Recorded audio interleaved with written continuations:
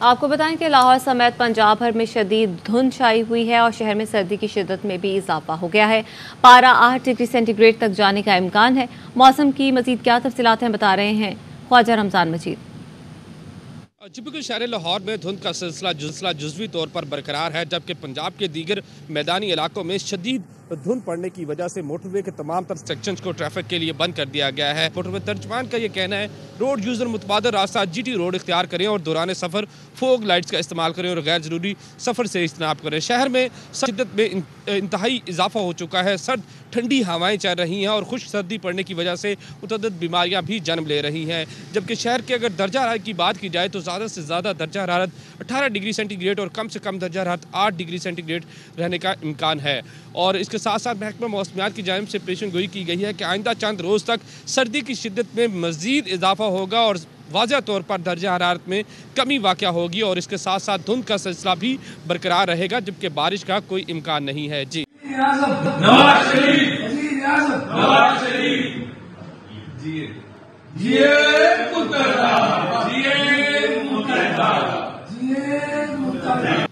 کراچی میں نون لیگ اور ایم کیو ایم رہنماؤں کی ملاقات۔ نون لیگ سندھ کے صدر بشیر میمن نے نواز شریف وزیر اعظم کے نعرے لگوائے تو رہنما ایم کیو ایم امین الحق اور حسان صابر بھی ساتھ رہے۔ نون لیگی رہنما زور و شور سے نعرے لگاتے رہے، امین الحق ہاتھ اٹھا کر ساتھ دیتے رہے۔ آخر میں بشیر میمن نے جیے متحدہ کے نعرے بھی لگوائے۔ دونوں پارٹیوں کی ملاقات میں سیٹ ایڈجسٹمنٹ پر بات ہوئی۔ ذرائع کا کہنا ہے ایم کیو ایم نے لیاری کی 1 اور ملیر سے 3 قومی اسمبلی کی نشستیں دینے کی آفر کی۔ میرپور خاص نواب شاہ سکھر ٹنڈو الار کی سیٹ پر بھی مذاکرات ہوئے۔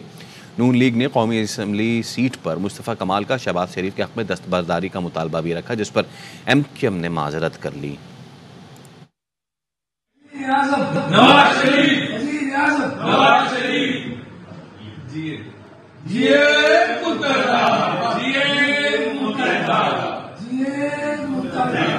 نون لیگ اور ایم کیو ایم پاکستان کے درمیان کوئی ڈیڈ لاک نہیں ہے۔ سیٹ ایڈجسٹمنٹ کا نون لیگ اور ایم کیو ایم کے راستے میں کوئی رکاوٹ نہیں ہے۔ ایم کیو ایم کا مقصد سیٹوں سے زیادہ بڑا ہے۔ ایم کیو ایم پاکستان کے ڈپٹی کنوینر مصطفیٰ کمال کی پروگرام اعتراض ہے میں گفتگو ایک سوال پر کہا شہباز شریف نواز شریف کا کوئی خاص پیغام لے کر نہیں آئے تھے، صرف خیر سگالی وزٹ تھا۔ شہباز شریف صاحب جب آپ کی طرف آئے، نواز شریف صاحب کا کوئی خاص پیغام لے کر آئے تھے، خاص پیغام کیا؟ نیک تمناؤں کے علاوہ تو کوئی خاص پیغام نہیں دیا۔ It was a good gesture visit۔ Deadlock ہے پی ایم ایل این اور ایم کیو ایم کے درمیان؟ کوئی ڈیڈ لاک۔ ہماری انڈرسٹینڈنگ پہ پی ایم ایل این سے سیٹوں سے بیونڈ ہے۔ سیٹ ایڈجسٹمنٹ ہمارے راستے میں کوئی رکاوٹ یا کوئی ڈیڈ لاک پھر بھی کتنی سیٹوں پہ بات چیت چل رہی ہے؟ کچھ میٹنگز یا کچھ گفتگو میں اگر آپ سے پوائنٹ دونوں کے ڈسکس کریں نا، اس سے کنفیوژن کریٹ ہوتی ہے۔ باتیں تو بہت ساری ہوتی ہیں نا، اگر ان باتوں کو میں کوٹ کرنے لگوں تو پھر وہ باتیں پھر غلط رخ اختیار کریں تو ایک دفعہ کنکلوڈ ہو جانے دیں، پھر ہم آپ کو بریف کر دیں گے اس کے اوپر۔ بریکنگ نیوز آپ کو دیں گے۔ پاکستان کی سرزمین پر افغانستان سے لائے جانے والے غیر ملکی اسلحے کے استعمال کے ثبوت پھر منظرعام پر آئے ہیں۔ افواج پاکستان گزشتہ 2 دہائیوں سے قلعدم ٹی ٹی پی کے خلاف دہشت گردی کی جنگ لڑ رہی ہے۔ لیک الرحمان سے مزید جانیں گے۔ لیک بتائے گا اس بارے میں۔ جی خالد، یہ بات سب کو یہاں ہے کہ ٹی ٹی پی کے دہشت گردوں کو افغانستان میں امریکہ چھوڑا ہوا اسلحہ دستیاب ہے۔ ٹی ٹی پی کو ہتھیاروں کی فراہمی نے خطے کی سلامتی کو خاطر خواہ نقصانات پہنچائے ہیں۔ ابھی 29 دسمبر کو ضلع شمالی وزیرستان کے علاقے میر علی میں دہشت گردوں کے خلاف جب انٹیلیجنس بیسڈ آپریشن کیا گیا تو فائرنگ کے تبادلے میں 5 دہشت گرد مارے گئے، اور جب سیکورٹی فورسز نے آپریشن کیا تو وہاں پہ M4 کاربین، AK-47 اور گولہ بارود بھی برآمد کیا گیا جو کہ امریکی ساختہ تھا۔ اس کے علاوہ BLA نے جو فروری 2022 میں نوشکی اور پنجگور اضلاع میں FC کیمپوں پر حملے کیے، اس میں بھی نوعیت کے ہتھیار استعمال کیے گئے۔ اور صرف یہی نہیں، جوب، چترال، میاں والی، دریائے خان اور ٹانگ سمیت دیگر جو سیکورٹی فورسز پر حملوں اور دہشت گردوں کی طرف سے جو کارروائیاں کی گئی، اس میں یہ حملے کے دوران یہ امریکی ساختہ اسلحہ استعمال کیا گیا ہے جو کہ انہیں آسانی سے دستیاب ہے۔ جی خالد۔ ٹھیک ہے، لیک ہمارے ساتھ ہی رہے گا۔ لیک ہمیں آگاہ کر رہے ہیں پاکستان کے سرزمین پر افغانستان سے لائے جانے والے غیر ملکی اسلحے کے استعمال کے ثبوت پھر منظرعام پر آ گئے ہیں۔ اسی معاملے پر بات کرنے کے لیے ہمیں جوائن کیا ہے بریگیڈیئر ریٹائرڈ حارث نواز صاحب نے۔ بریگیڈیئر صاحب بہت شکریہ سر، ARY کو آپ نے وقت دیا۔ یہ حقیقت اب واضح ہو چکی ہے، عیاں ہو چکی ہے کہ امریکہ جو اسلحہ افغانستان میں چھوڑ کر گیا، پاکستان میں دہشت گردی میں وہ اسلحہ استعمال ہو رہا ہے۔ جی بالکل، اور یہ ہی ہمیشہ چیف آرمی اسٹاف اور ہماری سیکورٹی فورسز بات کا بڑا ہی تشویش کا اظہار کرتے ہیں کہ جب بھی یہاں پر دہشت گرد مارے جاتے ہیں، خاص طور پہ افغانستان سے امریکن کے جانے کے بعد جو ویپن ہم چھوڑ گئے تھے وہ ان کے ہاتھ لگ گیا، اور یہ سارا ویپن جو استعمال ہوتا ہے اس سے ہمیں بہت نقصان ہوتا ہے، اور اس کے لیے حکومت طالبان سے بھی بات کی جاتی ہے، امریکن کو بھی پاکستان کی حکومت نے اور ظاہر کا ملٹری کانٹیکٹ میں بتایا گیا کہ یہ بہت خطرناک بات ہے، کیونکہ جہاں بھی ہم کر رہے ہیں نقصان ہمیں ہوتا ہے، اس میں یہ امریکن ویپن استعمال ہوتے ہیں، ان میں نائٹ فینٹ ڈیوائسز بھی ہیں، امریکن ویپن بھی ہیں، ویپن ایمونیشن بھی اس کے اندر سے استعمال ہوتا ہے جو بڑی خطرناک ہے، جس کی وجہ سے ہمارا نقصان ہو رہا ہے۔ لیکن ڈسپائٹ آل دس سکھ چیف آرمی اسٹاف اور مسلح افواج نے ایک تہیا کیا ہوا ہے کہ ہم نے ملک سے ٹیررزم کو ختم کرنا ہے، جو 2020 کے بعد ایک نئی لہر آئی ہے اس کو ہم نے ختم کرنا ہے، چاہے اس کے لیے جتنی بھی قربانی دینی پڑی ہم دیں گے، اور جو ہمارے شہید ہوتے ہیں ان کا پھر ہمارے اور عزم اضافہ ہوتا ہے کہ ہم نے ان کا بدلہ لینا ہے۔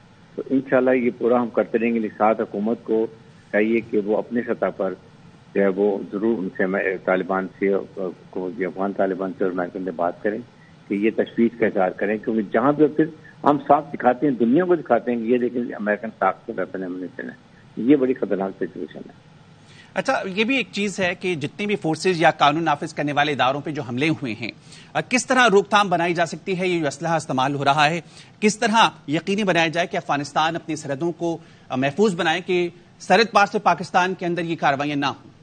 دیکھیں، ہم نے پوری فینسنگ بارڈر کی کر لی ہے، افغان حکومت کو چاہیے کہ اس کے احترام کرے، اور جو راستے ہم نے کھولے ہوئے ہیں وہاں پر ہماری چیک پوسٹیں بھی ہیں، دوسری سائڈ پر افغان حکومت کی چیک پوسٹیں ہیں، ان کو چیک کریں، وہاں سے کوئی ویپن ایمونیشن غیر ملکی جو پوشاک کا یا کوئی بھی وہاں سے اسمگل ہو کے پاکستان میں نہیں آنا چاہیے، جس کی وجہ سے یہ بڑا آسانی سے روکا جاتا ہے۔ یہ ڈویبل ہے، صرف حکومت پاکستان اور حکومت طالبان حکومت جو یہ مل کے افغان طالبان اس کا فیصلہ کریں، اور افغان طالبان ہمارے سے کوآپریشن کریں، وہ اپنے ایریا علاقے میں بھی وہاں سے دیکھیں، چیک کریں کہ کون ویپن ایمونیشن پرووائڈ کر رہا ہے، کون بیچ رہا ہے، وہاں کریں، را کا کیا انفلوئنس ہے وہاں پر، اور دوسری ساری ایجنسی ہیں وہ کیا کر رہی ہیں۔ اگر یہ باہمی رضامندی سے تو بہت آسانی سے کام ہو سکتا ہے، بٹ ادروائز یہ پاکستان کے لیے بہت خطرناک سچویشن۔ بالکل بریگیڈیئر صاحب، پاکستان کے لیے ایک خطرناک سچویشن ہے۔ سوال تو پھر یہ بھی پیدا ہوتا ہے نا کہ امریکہ افغانستان میں جو اسلحہ چھوڑ کر گیا وہ کہیں گلی محلوں میں تو چھوڑ کر گیا نہیں ہوگا، تو کس طریقے سے یہ اسلحہ ان دہشت گردوں کے ہاتھ لگ جاتا ہے؟ وہاں پر کون اس کے سہولت کار ہیں؟ کیا افغان حکومت کو بھی اس حوالے سے بلیم دیا جا سکتا ہے؟ بالکل، افغان حکومت ذمہ دار ہے، کیونکہ جب امریکن گئے تھے یہ افغان طالبان کی ذمہ داری تھی کہ تمام ویپن ایمونیشن امریکن چھوڑ کے گئے تھے اس پہ اپنا قبضہ کرتے، اس کو کنٹرول کرتے، حکومتی کنٹرول ہوتا تو یہ مسائل نہ ہوتے۔ لیکن میرے خیال میں امریکن یہ جان کے ویپن ایمونیشن چھوڑ کے گئے کہ وہ نہیں چاہتے افغانستان میں امن ہو۔ افغانستان میں امن ہوگا مطلب ہے کہ بلوچستان میں امن ہوگا اور KPK میں امن ہوگا، اور اگر بلوچستان میں امن ہوگا تو اس کا مطلب کہ ہم CPEC منصوبہ اپنے منصوبہ ٹائم کے اندر ختم کر لیں گے، اور پاکستان کے لیے بہت بڑی اکنامک جو پراسپیرٹی ہے وہ شروع ہو جائے گی۔ یہ وہ ممالک نہیں چاہتے ہیں۔ آپ اسلامک ملک ہیں، نیوکلیر ملک ہیں، پھر آپ کے پاس بہت لڑاکا فوج ہے، اور اگر ہم اکنامک ترقی کرتے ہیں تو اس سے ہمارے اپنے فیصلے اپنے ملکی مفادات میں۔ بریگیڈیئر صاحب، جیسا کہ آپ فرما رہے ہیں کہ امریکہ شاید یہ نہیں چاہتا تھا کہ افغانستان میں امن ہو، اسی لیے وہ اسلحہ وہاں چھوڑ کر گیا، لیکن ہم یہ دیکھ رہے ہیں کہ اس اسلحے کو وہاں پر چھوڑے جانے کا نقصان صرف افغانستان میں نہیں ہوا بلکہ اس کے پڑوسی ملکوں بالخصوص پاکستان کو اس کا نقصان اٹھانا پڑ رہا ہے۔ ناٹ اونلی پاکستان کو اٹھانا پڑ رہا ہے، یہ سینٹرل ایشیا کی طرف جا رہا ہے۔ پھر ترکستان اسلامک موومنٹ جو ہے وہ وہاں پر چائنا کے خلاف استعمال سنگکیانگ پروونس کے اندر، تو وہ چائنیز کی بڑی تشویش ہے اس کے لیے۔ اس لیے یہ چائنا کو بھی چاہیے، پاکستان کو چاہیے کہ افغانستان سے مذاکرات کریں، اور ابھی بھی جو اسلحہ وہاں پر افغانستان میں ہے اس کو کہیں نہ کہیں اکاؤنٹیبل کریں، اور ان سے دہشت تنظیموں کے خلاف آپریشن کریں۔ اگر افغان طالبان امریکن کو نکال سکتے ہیں، ٹیررسٹ آرگنائزیشن کو نہیں نکال سکتے، تو پرابلم ان کی آئیڈیالوجی ایک بنی ہوئی ہے، ان کا لیے کی مقصد ہے، اور وہ ہے کہ اب کیونکہ تحریک طالبان پاکستان افغان طالبان کو مدد کرتی ہے امریکن کے خلاف، اب وہ آپ کے اپنی دوستی کر لیتے ہیں یہ۔ لیکن جو انہوں نے کمٹمنٹ کی تھی کہ ہم اپنے سرزمین کسی کو استعمال نہیں کرنے دیں گے ٹیررسٹ آرگنائزیشن کو، تو اب اس کو پورا کریں۔ ہماری تو ایک ہی ڈیمانڈ ہے، اور ہم نے کچھ بھی نہیں ڈیمانڈ کرتے، لیکن یہاں پر جو پھر انلیگل امیگرینٹس ہے وہ بہت بڑی بریڈنگ پلیس ہے، وہاں سے بامبر بھی آتے ہیں، سہولت کاری بھی کی جاتی ہے۔